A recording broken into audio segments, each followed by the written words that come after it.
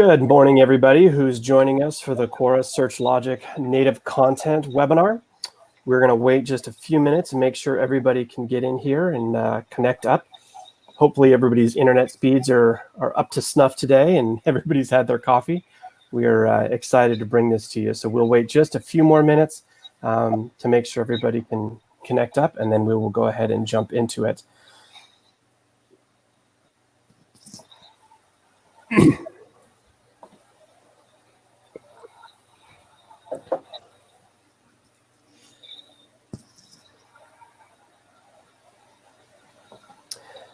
For those of you joining us, we do have a few different toolbar functions for you today. If you do have questions throughout the webinar, throughout the presentation, please feel free to jump in and shoot those over to us. On the right-hand side, you'll see a question mark. That's where the questions go. Feel free to ask those questions anytime during the presentation. I, Kevin, as the moderator, will definitely be picking those up, and I'll be addressing those as we go along. If we think that it fits immediately with the topic, we'll go ahead and address those immediately. If it's something, a deeper dive that we need to pick up at the end, we will do that as well. But again, this is interactive, so please feel free to jump in with questions, comments, suggestions as we go along. And the team here would be very, very excited to share their information with you and answer your questions as we go. So we're just about at 2 minutes here, so we will go ahead and get started. My name is Kevin. I am going to be the moderator today for our webinar hosted by TapClicks. We have Brian Butler, who's the strategic director with Search Logic. Search Logic is an agency that really focuses on driving revenue for their clients through marketing. One of the keys is audience development combined with messaging to really deliver premium results for their clients. This all comes together with reporting and optimization as they do all of that to really enhance everybody's value throughout the channel and throughout the placements. So they're looking at all kinds of unique placements for ads and then checking on performance and optimizing from there. As you'll see in just a minute, he also moonlights as a drummer for a band on the side, and has been doing that for a number of years. So if you're nice to him afterwards, maybe he'll put a little show on for us. We also have Sam Isaacs with us from Quora. He is the head of growth and strategy for Quora, and he brings a lot of engagement information to us. Quora obviously is a huge platform with over 300 million people coming every month to ask questions and find insightful answers. It's a new way of engaging with people. It's a new way of getting questions and answers covered by everybody out in the marketplace. And so it's exciting to have both these guys on today. And a really focus today is business to business, but in a new and unique way, with a lot of the challenges that are in the marketplace today, with everything that's going on from COVID to hurricanes all over the place here in the United States and fires. B2B lead generation has changed fundamentally, right? It's always been difficult, and it's even more difficult now, given that we can't go and meet with people face to face. Lead times are extending out longer as people are putting more thought into their B2B decision makings. On the selling side, you have digital advertising, but even with that, there's so many different options that a lot of agencies and a lot of brands are having a hard time understanding what is the best vehicle or what's the best makeup of vehicles to go out and do business to business leads through. On the other side, you have the buying side, businesses being completely deluged by messages with emails and everything. How do they cut through that noise to get to what they want and get the right information that they want? We've got so many different things coming up. So we're really going to roll up our sleeves and dig into this today as we start talking about kind of native content, native advertising, other placements, unique strategies as it relates to the business-to-business lead generation in our new digital era. So without any further ado, we're going to jump into trends and start off there as we work then into some more of the tactical pieces. So Brian, from the client side, what are some of the trends that you see in digital as it comes to business to business? Can you give us some high level from an agency standpoint? Sure. I mean, it depends on the industry, right? Like, so each B2B, I think you have to look at almost like a microcosm. You have the smaller B2B who are trying to get themselves kind of up and running. They're a little more bootstrappy. And then you have the guys who are pretty well funded. So the things that we're seeing are a lot of the people that are in the bootstrap stages can't afford to have a huge MarTech stack budget. And that MarTech stack budget, could be anywhere between 30 to 60 to 100K between all the different tools you have to buy to be able to do things like ABM, CRM targeting, and all those different elements. Now, what we're seeing obviously is that you have to have the right tools to get the job done. But what we're wanting to do is use those data points to get your best information out there, right? So what we work with our clients a lot is try to maximize visibility, trying to grow as a thought producer in the area, as a thought leader. And so one of the things that we've been working with clients on is actually using Quora as kind of like an FAQ engine, right? If we think of Google as a search engine, people come to Google looking for specific intent. But Quora as an FAQ engine is more like asking specific questions that may not leave the clients, with a huge lead right there, but it builds authority, right? And so we're trying to work with the direction of leveraging more affordable content strategies to build that top of funnel so that we can get people going down the lead gen waterfall easier. And by having Quora systems, by having systems like Facebook that are not so expensive, you end up getting yourself a lot better opportunities in general. So I'd say some of the biggest trends that we're seeing is kind of a move away from prospecting through Google and from prospecting on LinkedIn because the cost has become so exorbitant. We are seeing some ABM style tactics where people are uploading lists from Eloqua, they're uploading lists from their CRM of choice, depending on which client, right? And we use that list as a client target on LinkedIn, and we go after LinkedIn to really kind of maximize our targeting. But you get these massive lists, 500, 2 million people that you're targeting that you then have to scale back down to get in front of the right people. And you can get in front of them pretty well for $9, $15 a click. But then once you re-engage them, you have to do it in a way where it's not going to cost you an arm and a leg, right? So a lot of times what we're seeing right now for the different trends as far as scalability is YouTube and leveraging lower CPC level channels like Quora, like Facebook. YouTube has been a really big channel for us as far as just getting good content engagement out there because it allows us to get that visibility, show those sequencing so you can build the brand story. And one of the things we actually have been partnering with Quora on more recently is building that brand story into more of a text format so that people can start seeing some of the quality you can get through different storytelling, right? So they're teaching you about why their brand exists. They're teaching you about what their brand does. They're teaching you about what problems they solve. And finally, they're answering the questions about what different specifics they can answer, which has been really neat to see that as a new channel as we've been diversifying. Yeah. So Sam, email has been the go-to for everybody, right? We can't meet face-to-face anymore. So everybody's just knee-jerk reaction. They went to email. And you can see these emails coming a mile away, right? The titles are all the same. There's memes even now about the titles that the subject lines people are using for these emails, and you see them flooding your inbox all the time, and people are just becoming jaded to that. So besides email, which is still very powerful if you use it the right way, but besides that, what's Quora's view on kind of some of the new content and the new strategies in business to business in the digital era? Yeah, and kind of speaking off of what Brian said, we're really seeing two forces that are changing the landscape of B2B lead gen.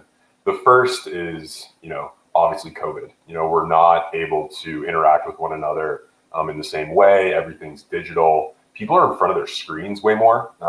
So like us right now.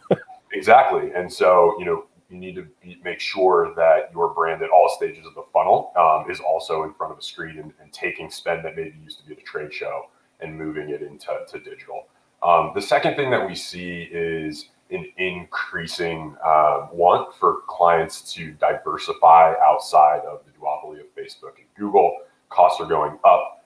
There's political reasons as well. And so for those two reasons, we're really seeing clients look for a strong way to engage B2B in new channels. Yeah. To give a brief background on how Quora kind of works. So essentially, in its simplest form, we are a question and answer platform. And so advertisers typically think of us on the search side. However, the way that our content is distributed is users on the platform ask questions. Our machine learning then routes those questions to other users that are most likely able to answer those questions. Users then upvote, comment on those answers, And then our machine learning then distributes those answers to the right viewers. And so what's extremely interesting about Quora, specifically in this time where you need to be in front of your screen, or people are more in front of their screen, and you're looking to diversify, is we see ourselves right in between search and social, and you really get the best of both worlds. And that enables you to really drive B2B leads down the entire funnel all in one platform. And what's interesting about Quora actually is your guys is I feel like in our industry at least, when I talk to clients about doing, diversifying our spend, we've looked at things like Reddit. We've looked at things like, Quora, right? We talked about getting going with you guys. And the clients immediately have a more positive brand perception of Quora because, when we look at the Reddit as an option, it's one of those things where for some reason, and there are reasons out there, but for some reasons, the brand perception is a lot more negative. Whereas you guys have a clean slate when it comes to brand perception, right? Like people don't think of Quora and they think 4chan, right? That's not an association. They think Reddit, you think 4chan. There's a really weird association there, right? So you're not like a hacker group, you're a business group, you're a professionals group. And it's an interesting perceptive because when you talk to brands that are trying to be conscious about social voicing, you can say, do you want to do a Q&A session on Quora, or an FAQ session, I should say, on Quora and get your clients engaged? You don't get any pushback, which has been really interesting. When you do talk about Reddit, you get a pushback. There's no question. But your engine's been really almost like a PR blessing in that essence, is that you come with this level of authority without a lot of the baggage, which has been really nice to see. Yeah, I like to explain Quora as the suburbs of the internet. We really, it wasn't an intent when Quora started 10 years ago to be, a clean place for brands. It was just that we're mission driven, and really making sure that we can stand behind all of the content on our platform. And a good example there is we actually don't allow political advertising. And so, we kind of stand behind, those values. And it's also been, which I'm sure is refreshing for clients because the clients are getting blown away by political ads right now.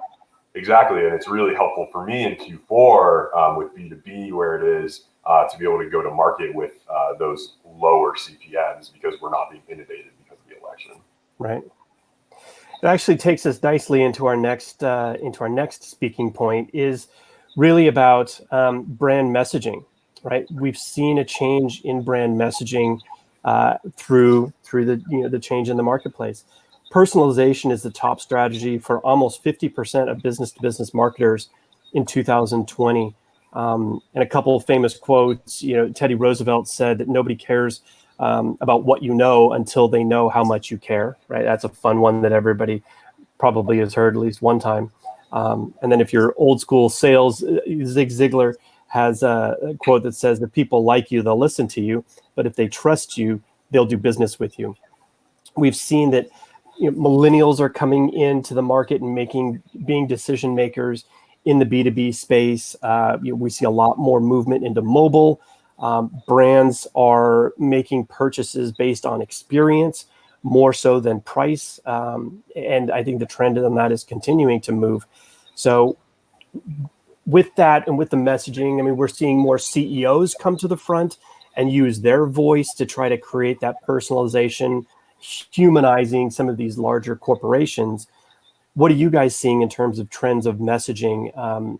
Brian, you said YouTube, so video is obviously a key piece of that. But within the video, what are you seeing in terms of humanization? The biggest thing I would say we're seeing is a need for authenticity. There's a lot of resistance against that braggadocious kind of style, right? A lot of brands who are coming to the line. I had a client, a good example of this. I had a client who was a massive narcissist. The guy was the biggest narcissist I've ever met in my life, but he loved animals.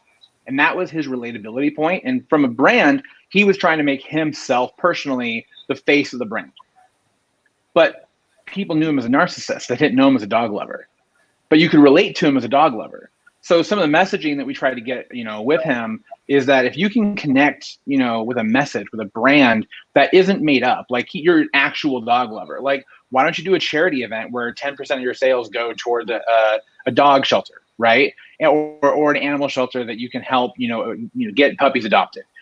And for B2B brands, that's the same thing, right? Like showing a message of authenticity, I think is really, really important. And YouTube as a channel allows you to do multiple things. You can talk long story content at 3-minute long videos, and you only really pay if they watch 30 seconds or more, right? So if they watch 30 seconds, you've already got a brand impression. If they watch the full 3 minutes, now you have an engaged user.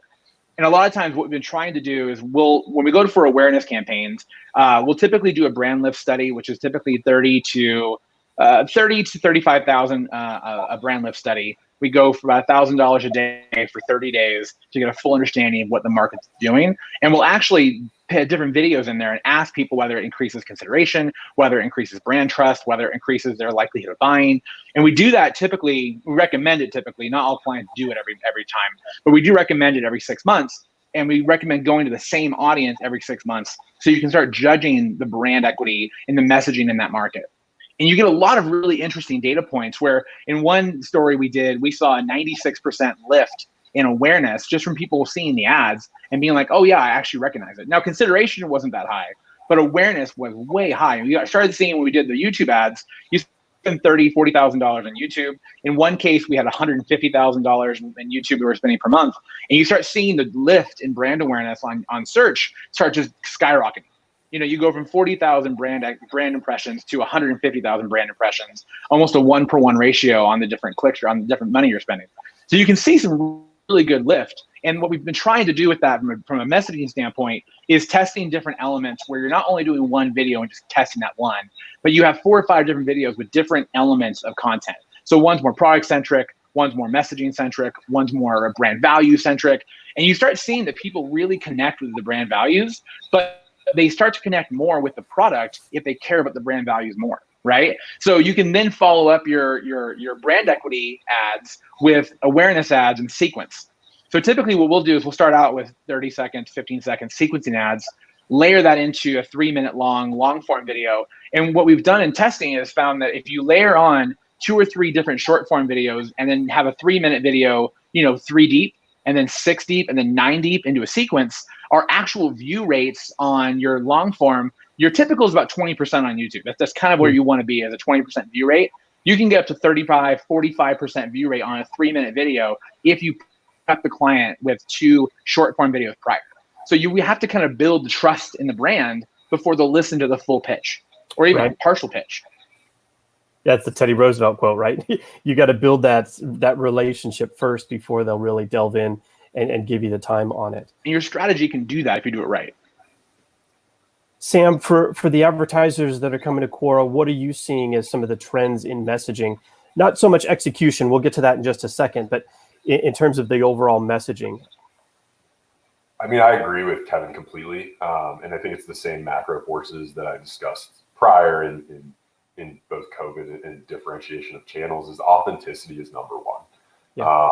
And so we're really seeing the most success, higher click-through rates. And when I'm talking higher, upwards of 2-3x higher when questions are being answered from an actual individual as opposed to, a company. One thing that's, we've seen throughout as we progress through Quora is that because our content is long form, so it's very different than say a tweet or a subreddit or something. Exactly.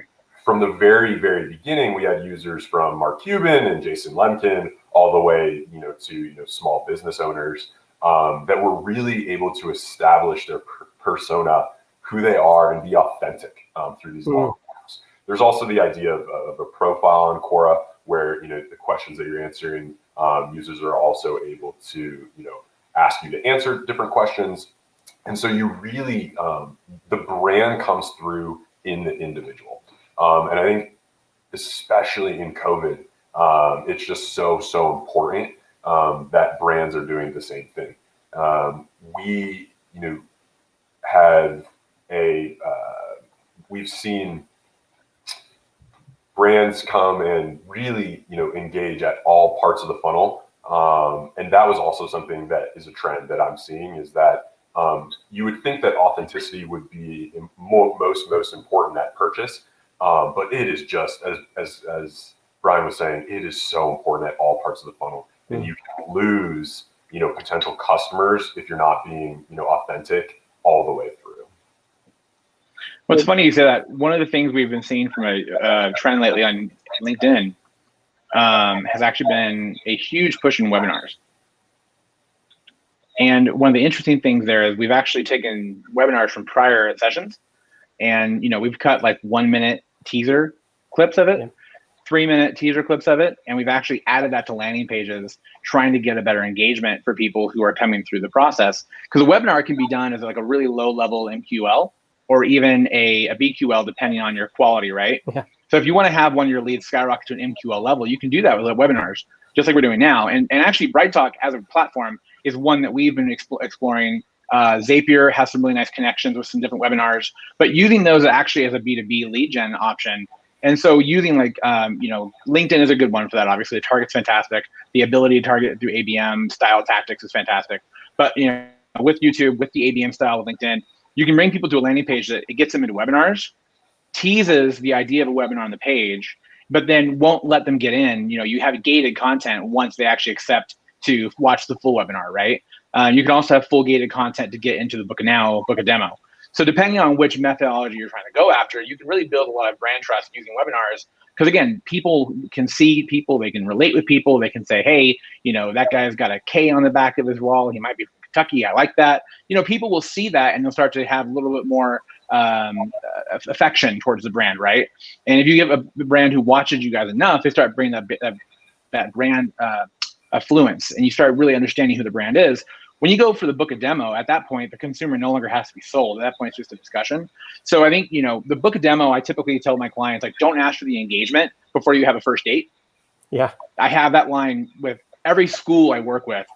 Don't ask for the engagement when you haven't been met in person yet. Like, you got to build trust. You got to build a relationship. And so webinars are a really good way to do that. I think, like you mentioned on Quora, like having a personality on there and building first impression. If you treat this lead process like a dating process, you have to earn that trust. You have to earn your way to the proposal. And that book a demo is essentially that proposal if you think about the methodology. Yeah, and I think that one of the big reasons that we're seeing so much success of individuals in the B2B space coming and writing on Quora is that a question is relevant for a really long time. And Brian and I were talking about this, like a tweet, or a post on Facebook might be relevant for the first 30 minutes, first 24 hours, but a question of at all parts of the funnel, whether it's, hey, how do I solve this problem in my marketing stack, to, hey, which of these products should I actually buy? When you answer questions on Quora and you answer them organically and you answer them truthfully, that will pay dividends for you for years. And so it's a very different way to come at content marketing. We'll talk about, how you can supercharge that with promotion subsequently, but, that's really, a huge benefit that we've seen is just the evergreen nature of our content is so different than anyone else in the industry due to the way that our platform is set up. So I think that takes us very nicely into our next talking point is really about that client engagement. We can't meet face to face anymore. Digital trends are really affecting everything that's coming through on the business to business side. We're seeing people are searching up to 12 times before even making that first engagement. And that's a huge lift in terms of digital resource allocation, right? People are searching and searching and searching, doing research, finding out what they need to do before they engage personally with the brand. And that's really important to make sure that we have that proper message out in the marketplace. One of the key things that I pulled forward is the 2 to 3 times lift in CTR with the question and answer type of format. That's massive. Let's not sweep that under the rug, right? If you could go to any brand and say, I'll get you a 2x lift on your click-through rate, either they're going to call BS on it and say no, or they're going to say, when can you be here? Because I needed you here last week, right? The thing that you said, Sam, that was really interesting is you see a blending now of consumer behavior with business to business behavior, right? Consumer behavior is now driven by Amazon. We all know what that model looks like. You go on Amazon, you look at the reviews, and you start seeing kind of who everybody else is recommending. And they have that whole QA list right there where you answer questions. It's organic. People can say, oh, I like this product. I didn't like this product. And that's really driving those sales in the e-commerce space. We're seeing the same thing flow now to the business to business, because you have so many more millennials that are coming into making those business to business decisions. The same methodologies that they approach their own personal decisions, purchasing decisions, are now coming into their decisions to make business purchasing decisions. So walk us through kind of a little bit more of that evergreen nature of those comments and those questions. And I'm going to tease this out, and you can talk about it a little bit more. I know that Quora has kind of promoted answers as a new product that they're rolling out. Maybe you could touch on that a little bit, because I think the implications are pretty significant. Yeah, and I love talking about promoted answers.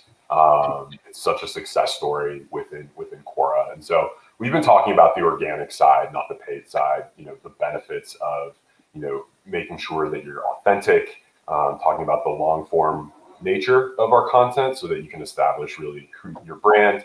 And then finally, the evergreen nature. So how long a question is relevant versus a social media post. And we pair the power of kind of that organic reach that we've been speaking about and those benefits with our 10 different ways that we can target on Quora with an ad unit called a promoted answer. So that's our native ad unit. And you are able to promote and target when you're answering these questions, either as a business or as an individual within that business, say, an influencer like a CEO. What's really interesting is that when we first launched, we call it internally PA, we really thought this would be more of a discover, very top of the funnel type of product, really getting your brand name out there. What we realized is that promoted answers really has high efficacy at all parts of the funnel. And for example, was just working with Asana, and they are driving an increase over 20% higher conversion rates after clicks. So at the very bottom of funnel with promoted answers, this authentic long form content works so well at the bottom of funnel that our customers have actually been asking us, can you please put lead form with integration at the bottom of promoted answers, which when we came out with it thinking this was more of a brand awareness, we never would have done. And I'm happy that we brought that to the market last month. So now you can actually integrate this promoted answers. You can write, as I said, from a business, from an individual. And not only that, you can drive them from all the way at the top of the funnel, all the way to the bottom. And you can get that lead without ever leaving Quora. And so this is something that no other platform offers. One of the reasons that, some of Brian's clients are working so well on Quora. And you can probably sense like my excitement as I talk about promoted answers, because it's so much fun in the marketing world to be able to bring something that nobody else has and to see so much success in B2B, which is so difficult right now. Right. Well, it's fun to see your guys' progress too. I've been actually a long-term follower of the podcast that you guys were doing with the guys over at AdStage. You guys had a really good podcast and talked about, bringing on CPM bidding, bringing on CPC bidding, bringing on better audience targeting. So it's a platform that, we've watched as a consumer. If you watch your guys' podcast, I'm not sure if you guys have a link to that or anything. It's a really good podcast. But there's been a huge growth in what Quora can do, which has been really interesting to see. And just kind of the synergy with what you guys are doing. And it's funny because we had a conversation this last week. We did a pitch that included a large SEO campaign. And one of the clients wanted to get on the knowledge graph on Google. And it's like, how do we get up there? And it was funny because we were talking about the SEO, and the statistics for the click-through rates for people who see the knowledge graphs were quite staggering. Because you think knowledge graphs are something you're going to look at, read the answer, and move on. That was the worry the client had. And we talked about it. I don't remember the exact statistics. So I'm not going to make it up. But it was a staggering statistic as far as the actual click-through rate through the knowledge graph, right? People aren't just reading the answer and moving away. They're actually looking at the answer. They're digging deeper and trying to figure out what the content is coming from, which for me, when I first learned that, was shocked because I figured people would read the answer and go away. But you don't really see that. You actually see curiosity from people who actually want to understand what's happening. And so when you rank for those questions, you do get the ability to have that content be indexing. And correct me if I'm wrong, but Quora is an indexable channel, correct? Right. Like you guys aren't blocking spiders. So if that content's out there from an FAQ standpoint, that content's going to get indexed. Right, and that's another benefit of promoted answers is that the answer that you write stays evergreen in an organic form, can be indexed. So you get the value on both the promotion side, but when your campaign is over, unlike most platforms, because the answer stays relevant for years, I can't stress that enough, you continue to get benefit from writing that answer, which originally was ad copy. So this brings up a really interesting point, and this is to Brian. Content creation seems to be more critical now than ever before. It used to be the creative side, right? If you had the best graphic designer in the world, they could make it look fancy with sparkly unicorns, and that was going to drive conversion. Yeah. And now it's really the content, and the content has to hit on so many different levels, right? The personal level, emotional level, logical level. So I think agencies and brands really need to shift their focus and attention and make sure that key content piece is really solid, and then everything else spills from that. Do you have any other thoughts or comments on the writing the content? Not on specifically writing it, but I have a different twist on your point, and I think it's interesting. We haven't brought this up at all yet, and I don't hear it a lot in different conversations I hear. For the last 2 years, SearchLogic, we've been actively talking to clients, and schools have been one of the ones we talked to a lot in this industry. But a lot of our clients have not been ahead of the curve when it comes to data management and owning your first-party data. We have seen with GDPR, we've seen with the Castle regulations going on in Canada, we've seen with California's new regulations, we have seen the ball coming that privacy is going to be a key point, a key trend really in what you're doing with data. And how to leverage, we had a client, for example, that had 40,000 emails that were completely unengaged. So one of the questions was, how do we re-engage this audience? And we had a strategic session with them and tried to figure out ways to get that client back engaged. But what you have to look at from a content standpoint is going forward, and this might be a year or two before this is as important or as pivotal. I think we're pretty ahead of the curve at this point.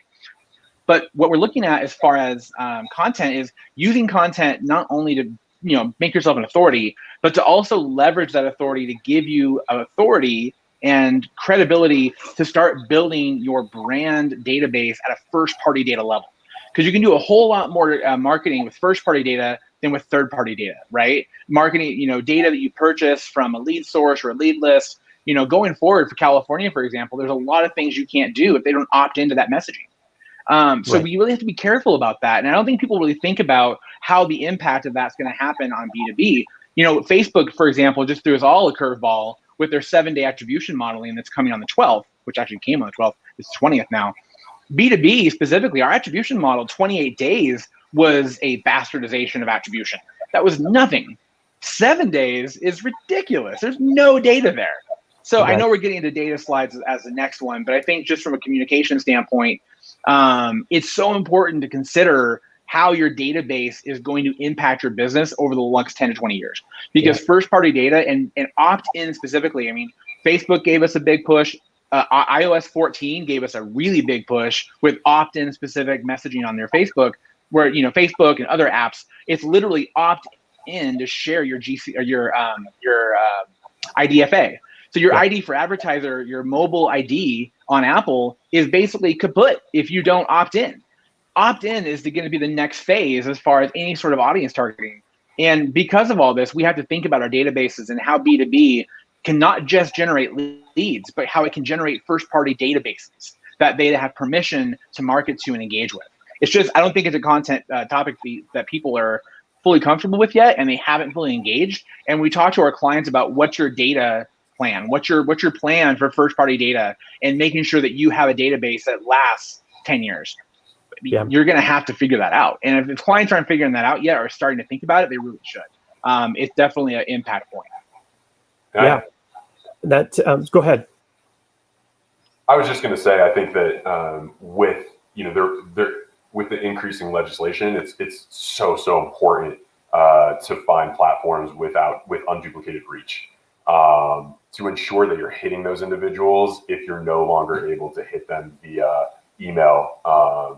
So I think that so Quora specifically, I don't have the exact stats, but we're about 50% unduplicated reach from the other major platforms. So you really need to focus and make sure that your brand is where your buyers are in a way that you never have before.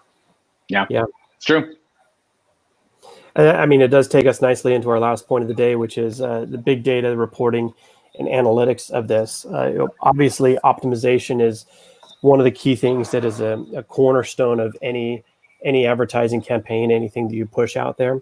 And Brian, you covered this a little bit in terms of sequencing and messaging and those kind of things. But how do we see? How do you, as an agency, or how are brands needing to look at the reporting of this for optimization, for message optimization, for placement optimization, those kind of things, and maybe what are some one or two tactical items they can take away from this?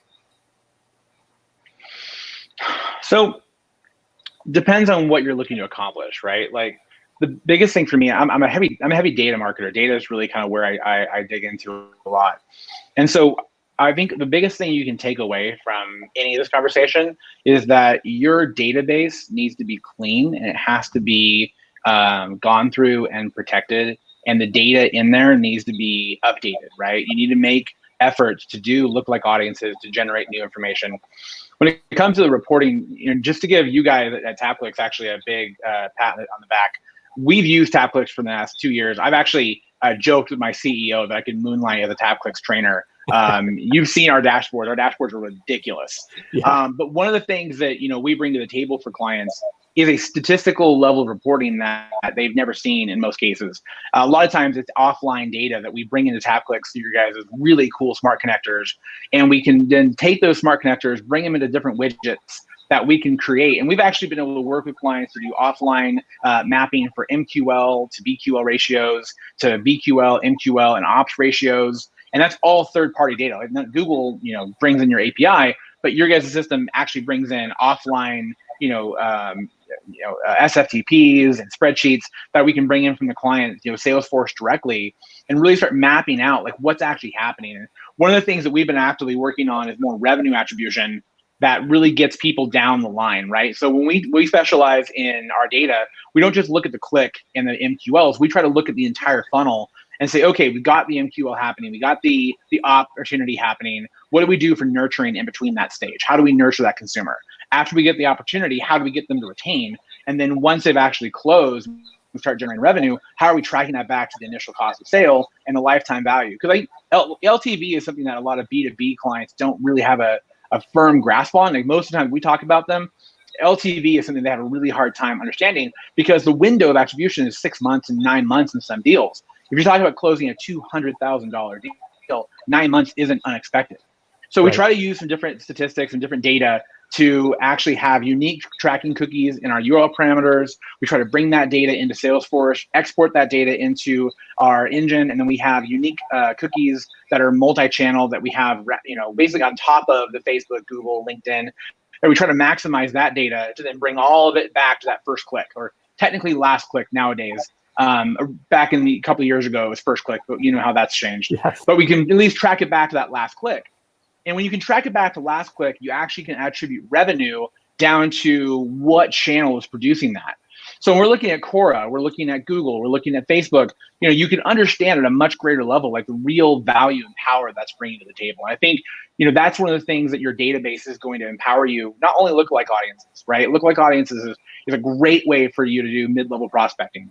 It's a great way to upload lists. And actually Quora has a really good list upload where you can upload that audience list and get in front of people within Quora and try to talk to that consumer directly. But regardless of all that, you can use that data point to use the Sales Cloud, use Marketing Cloud, use HubSpot to understand that data and then bring it into TapClicks and then market against the data. If you don't know what your data is, then you have no idea what you're doing. Like your numbers are going to be completely jaded because you're not tracking the details. So I think for me, the biggest takeaway isn't about the ads. It isn't about the channel. It's not about the platform. These all work in tandem. They're all proven. What typically screws up most of the clients that we've worked with that have had a hard time closing leads or a hard time really generating the business is there's a breakdown between when the lead happens, it hits your CRM, the sales team gives it a call, sometimes 4 hours too late. And then all of a sudden, the entire next 9 months goes to waste because you didn't make a good enough first impression, or because your data didn't require good accuracy and validation, or you didn't ask for a business email. You let your CRM bring in personal emails, when in that case you shouldn't have. Or you're not using personal identity resolution to look at your business emails and find those consumers through their public networks on Facebook and Google. It isn't really about the platform, right? The platform is going to be there, but your data, you're in control over as a business. And if you're not taking the time to take that seriously, all the other things we can talk about don't matter. Yeah, that's very powerful. The reporting for Quora, obviously people are looking at the number of views and the number of things like that. But it seems like that really lends to content development, right? You can see what people are responding to. You can see how different things are coming up in search, how many times the keywords that you have put into your answers then flow into the results that come out of the other end. So does it make sense to personalize the message that you're putting out there, the answer, but also maybe even, Sam, having your search team involved to make sure some key search criteria or key search words are in those answers to make sure that you're getting some SEO out of it as well? Yeah, it's a great question. And I think that what's really interesting about tracking in general is that we're so used to direct response and tracking that super well, right? And then attributing credit to just that, direct response when we have all these different touches until we actually close the sale with these longer sales cycles in B2B. And what's really difficult for marketers is that the top of the funnel is just as important, but you typically can't measure it, right? You need to write long form content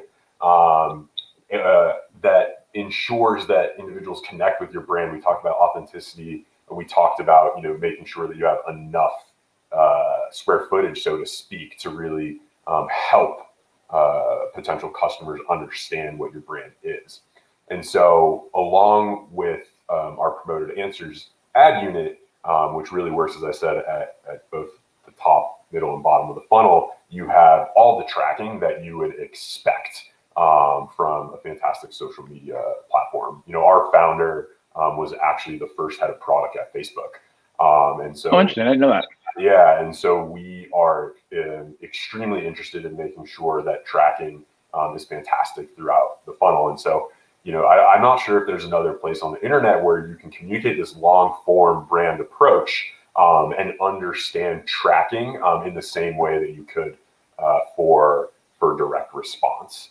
So I think that's kind of number one in measurement that I see to be so important. And then number two is the integrations that Quora has, right? So whether you're at the beginning and you want to integrate with Google Tag Manager so that you can throw the pixel in there and go faster, of course we have that, and we're integrated with data measurement platforms such as Segment, connection platforms such as Zapier, and of course TapClicks is absolutely fantastic so that you can diversify your spend into these other platforms and really see how everything is attributing to the success that you need to go bring to your boss. And so those are kind of my overall thoughts in terms of the importance of data. To answer your question more directly, I think that ensuring that really what's most important on Quora, as I said, is authenticity and coming from an individual that carries clout in the business.